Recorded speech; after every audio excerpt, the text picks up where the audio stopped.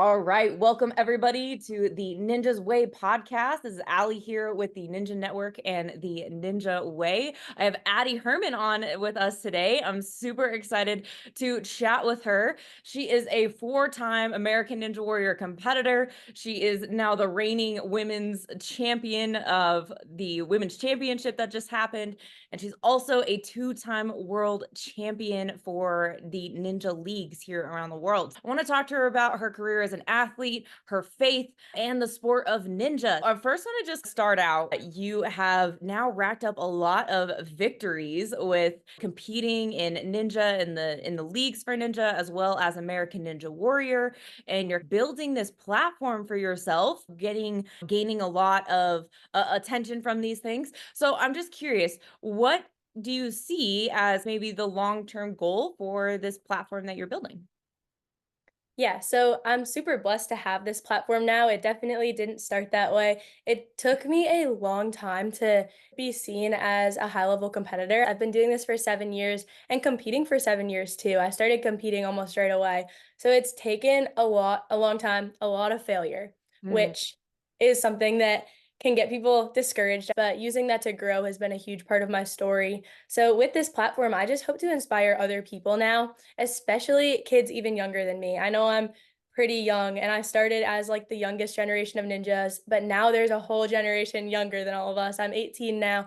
And so my goal is to help kids who are struggling with the same things that I did athletically, non-athletically, and help them see failure in a different way. And then obviously my motto, persistence over perfection, is something that I hope to encourage everyone with. I love that, Addie. And you spoke a little bit to you started competing about 7 years ago, right? Everybody thinks that it's like, oh, it's this overnight success story. And it's not, right? There's 7 years of hard work and putting in the work to do competitions. I watched one of your YouTube videos and you said that you won the very first competition that you had competed in. So was that kind of the thing that hooked you into ninja, or what really you talked a little bit about being able to transition from gymnastics and you just didn't have fire for it anymore. So what do you think is different about ninja and what kind of got you hooked in? Yeah, I never knew what it was like to have passion for a sport until Ninja. I did so many different things and nothing ever clicked, even if I was like good at it, or people said I was good at gymnastics, said I was good even like baseball, soccer, things like that. And it just wasn't something I enjoyed doing. Even going to practice felt like a chore to me. It felt like a burden. And then immediately with Ninja, I absolutely loved it. I think a part of it is I do have ADHD, and the creativity of Ninja immediately hooked me in, especially as a younger kid. I started when I was like 11. So, especially at that age, the fact that we could do different obstacles, make different courses, every time I walked into the gym, it was a different setup. That really helped me stay with it. And then once I started competing, I wasn't too good at competing at first. I did win my first competition at my home gym, which was super cool, but I definitely had to learn how to keep pushing through training even when my competitions weren't going as well. There was a time where I felt like I was training so well. I was super happy with my performance during training, and almost every single competition, I would make like a stupid mistake.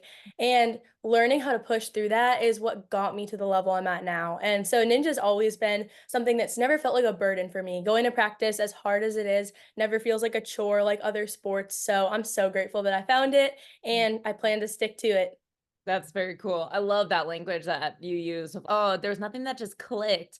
And that's exactly the feeling I felt when I first walked into a ninja gym, was like something just clicked inside me and was like, oh, this is Mhm. my thing. I'm all in. You spoke a little bit about like when you were transitioning from gymnastics and ninja, your mom had found you a ninja gym to go train at. In what ways do you feel like your parents have been able to enable you to be successful through the sport? They've always been like my biggest supporters. I feel like every sport that I'm involved in, if they see me going 100% and pouring my time into it, my effort into it, they see that, they will do the same thing. They will reciprocate that, which has been the biggest blessing to me. Every single sport I was in, it just felt like it was always an encouragement. And even when I felt like I needed to stop, it was never, I was forced to stay, but they were like, okay, let's find the next thing. Let's figure this out together. So having those kind of people around me, my parents, coaches, even my younger brothers, was a huge blessing for me.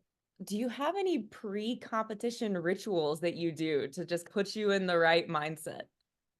So I definitely always journal. I think that journaling just helps me control my thoughts, write them all down. Any negative thoughts, I can be like, okay, why am I thinking this way? How can I fix this before I compete? And positive thoughts I can really lean into. I think a big thing for me is focusing on being confident before my runs. Mhm. Even if I see an obstacle that I might not be the best at, I used to definitely, if I went to a course and there was an obstacle that I wasn't good at, I would immediately be like, I can't win this. I can't do well on this course. And learning to shift that into, okay, how can I do this in a way that I am good at? Or how can I use my strengths to do this obstacle? Really helped, which is why I journal. And then a big thing for me is prayer. Without God, I would not be able to do any of the things that I'm doing. And I would be an absolute nervous wreck if I wasn't constantly talking with God before I run. So it's honestly like when I say I pray, what I mean is I'm just talking to God. It's Mhm. just a personal relationship. Feels like I'm talking to a friend, talking to a father, asking him for peace, for joy, and to just be a light in whatever I'm doing. At the end of the day, it doesn't matter if I win or if I fail, if I clear, it doesn't matter as long as I'm being a light to other people and showing God. I want people to look at me and see God, not me. Almost makes me emotional hearing you say that because you're such a well-spoken young woman who's really empowered by bringing the light of Christ to the world, which I think is an amazing mission. And you have gone on a trip to Africa. And I don't know if you would determine this as like a missions trip. You went out there and you guys built a ninja course, right? And so I'm curious, what outcomes do you think Ninja would actually be able to put out into that community? And do you see that there's a crossover between Ninja and your faith in that way? Yeah, so the reason I actually I've wanted to do that for so long is to do a mission trip where I can also incorporate ninja into that and bring kids ninja is because I have learned so many life lessons and grown so much closer to God within ninja. I really feel like it's taught me so much and it's an amazing way to, in my opinion, to teach those kids about God through a sport like that. Immediately once I set the rig up in Africa, I saw the older kids helping all the younger kids. They were just more bonded together. It wasn't like a separate, you play your game, I'll play my game. They were lifting the younger kids up. I have a video on my YouTube of one of the kids got this ring obstacle. All of them start cheering. Yep. And that's what I noticed in the ninja community when I first started that I want to bring to other people because that constant encouragement, that support, even when you're competing, they were all trying to get the rings first, but seeing someone else do something and genuinely being happy for them, I really just think it shows God's love in such a beautiful and unique way, which is one of the reasons that I wanted to do that. Tell me just a little bit about the trip and maybe some of the experiences you were able to have while you were out there.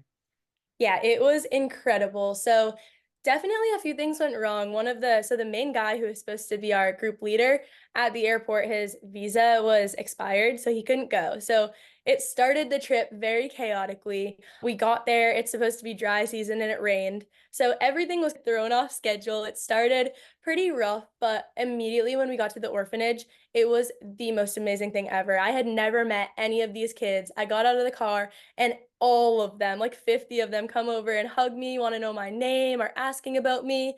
And to just see these kids who have so much less than us, they really do, but with so much joy, so much peace. They're so giving, they're so generous, they're so curious about you. It's just, they don't even know, they're not self focused at all. To see that gave me so much encouragement that it's really not about what you have, it's not about your circumstances, but it's about what you do with that and about how God uses you. So I feel like those kids, they blessed me so much more than I ever blessed them. I'm so happy that I was able to share God's word with them, that I was able to build the course for them. But I really believe that I came away from that trip with so much more.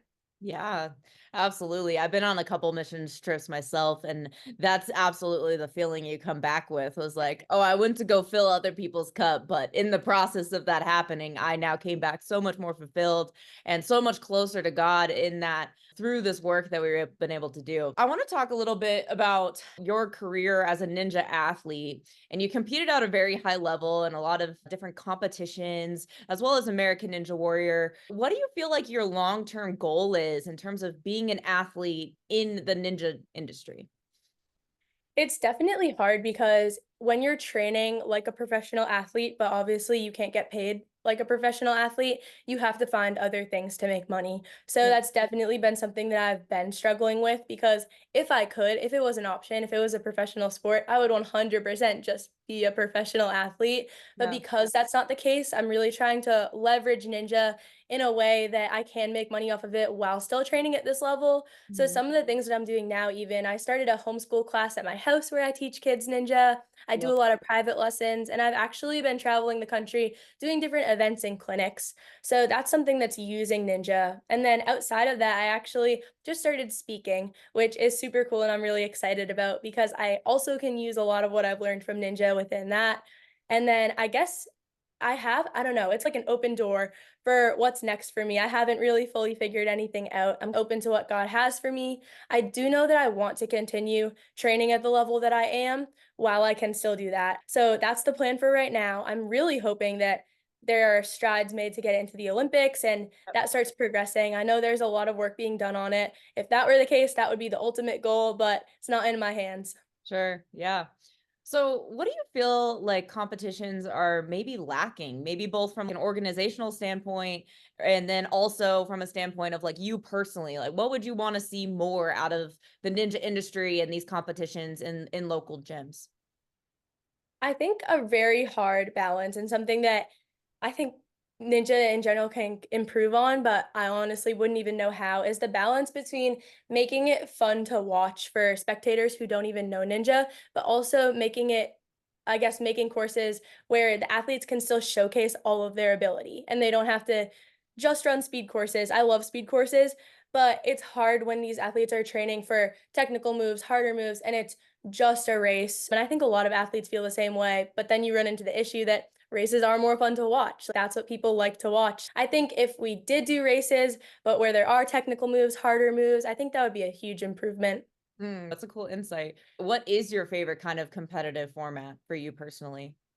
Ooh, it changes a lot, honestly. I'd say I like, in terms of like speed, burnout, endurance, all of that, I Mhm. do like technical courses. I'm a big stage two person. So my favorite stage has always been stage two. I just like the difficulty mixed with the tech of it. I don't know. I just find it the most fun. Tell me about your backyard rig. Is this just training grounds for you, or do you have your friends come over? Do you guys all do it together? So the rig started at my old house actually as a smaller structure that me and my dad kept on Mm. building onto. And then when we moved, we were like, all right, we're gonna go all out. So we made a 50 by 50-foot rig in my backyard. And my friends come over, build obstacles. We've Oh my gosh, I can't even count the number of obstacles we've had on that thing. And it's been really cool because me, my brothers, my friends, different ninjas from around the country have all been on it and gotten to build all the things on it. So Yeah. all the obstacles are like original designs. It's really grown into a super cool place where people can train. We have a competition on it once a year with ninjas from all over the country. So it's become a really cool thing. Yeah, that is cool. So tell me about this once a year competition. I think I saw somewhere that you guys like you build and you paint your own custom obstacles and you like do a theme to it. So do you have a theme set out for this year? Yes, we do. So this year is under the sea themed. So Ooh. all like water, ocean things. Yeah, so that's like a side hobby of mine is like painting, anything artistic really. So I absolutely love making all of the obstacles Matt Bradley and Noah Munier make into that theme. It's like my favorite part of the whole summer. It's awesome. You were able to make it to UBW this year. I was, And yes. I think that's just like one of the coolest ninja events that there is in ninja, just because it is so faith-based. And so tell me about your experience and then what ways were you able to see God move through the UBW competition? Yeah, UBW is like my favorite place ever. It's always, like you said, such an amazing time every year. I think it's so cool to see all those people come together for Ninja Church. People who I compete with, people who I'm friends with, and we're all in a church. We make up the church together. It's amazing. This year, actually, Joy Wolf shared her testimony from her mission trip, actually, and it was so encouraging to me just to see that. So that was probably the highlight for me. This year, I actually couldn't compete or do anything because of my ankle injury, but Mhm. I still had an amazing time. Like you said, it's just everyone's gathered together. It's one of the most like encouraging atmospheres, and it's also a ton of fun. There's pools, there's obstacles everywhere. It's obviously huge. We always like camp out there. So, yeah, UBW is amazing. I would never miss it. Very cool. So you brought up your ankle.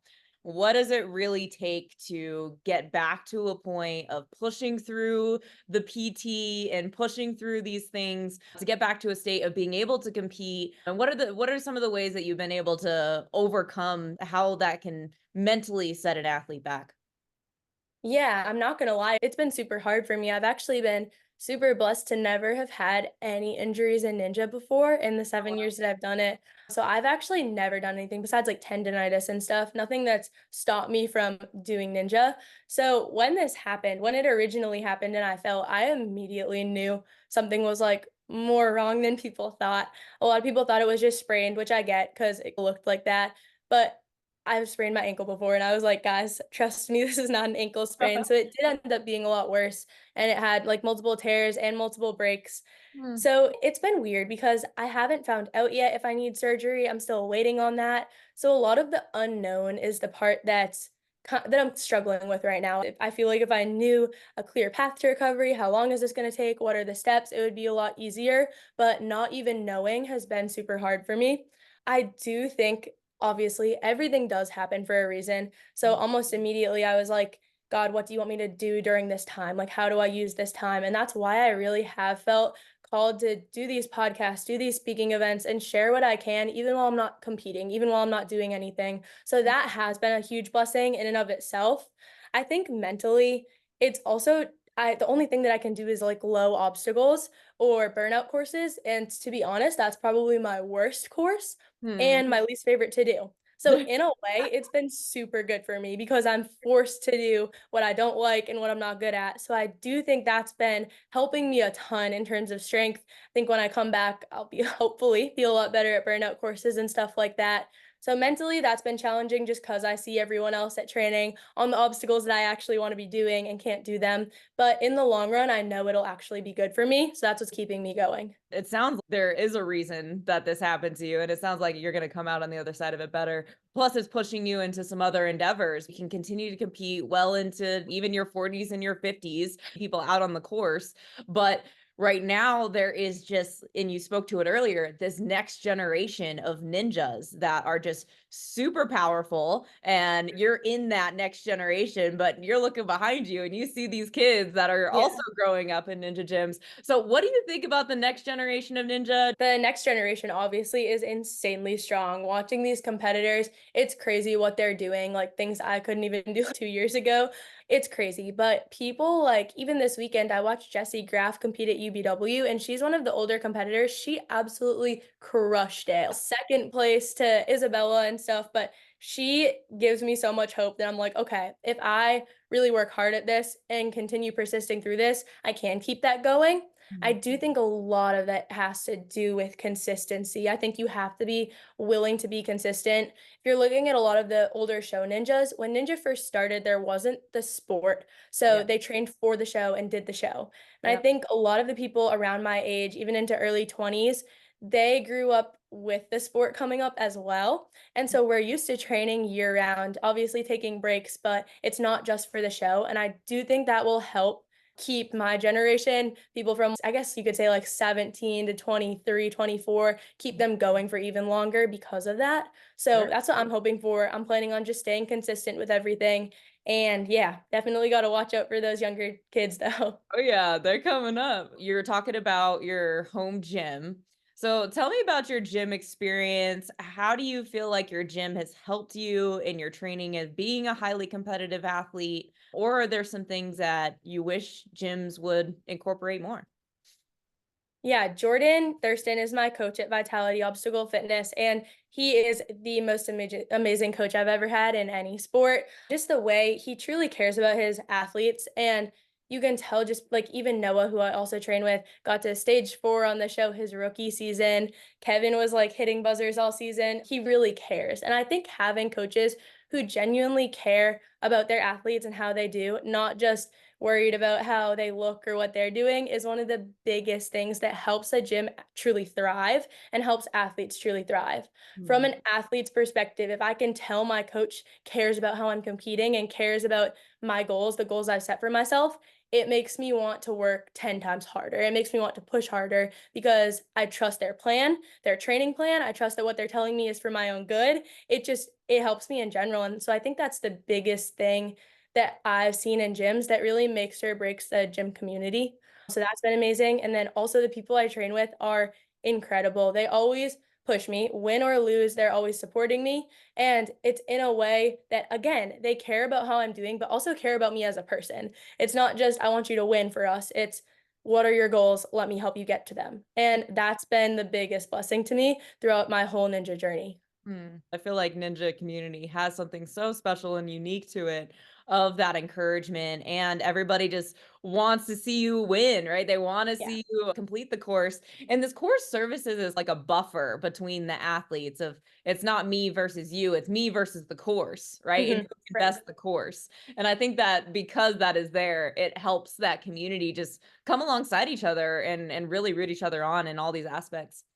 You spoke to the differences between the show and the league and how that maybe affects this next generation. What kind of differences do you see from like an actual athlete perspective of experiencing it multiple times firsthand? What do you feel is unique to the show? What do you feel like is unique to the leagues? Do you like one better than the other?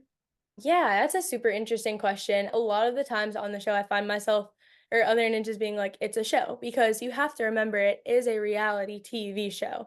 Things can change. It's not like a rigid sport it's not like an Olympic sport with like rules. These cannot be broken. There are requirements. It's not like that. It is a TV show. So I Mm, think going into the show, I've always tried to remember that because anything can happen. You never ever know what's going to happen on the show.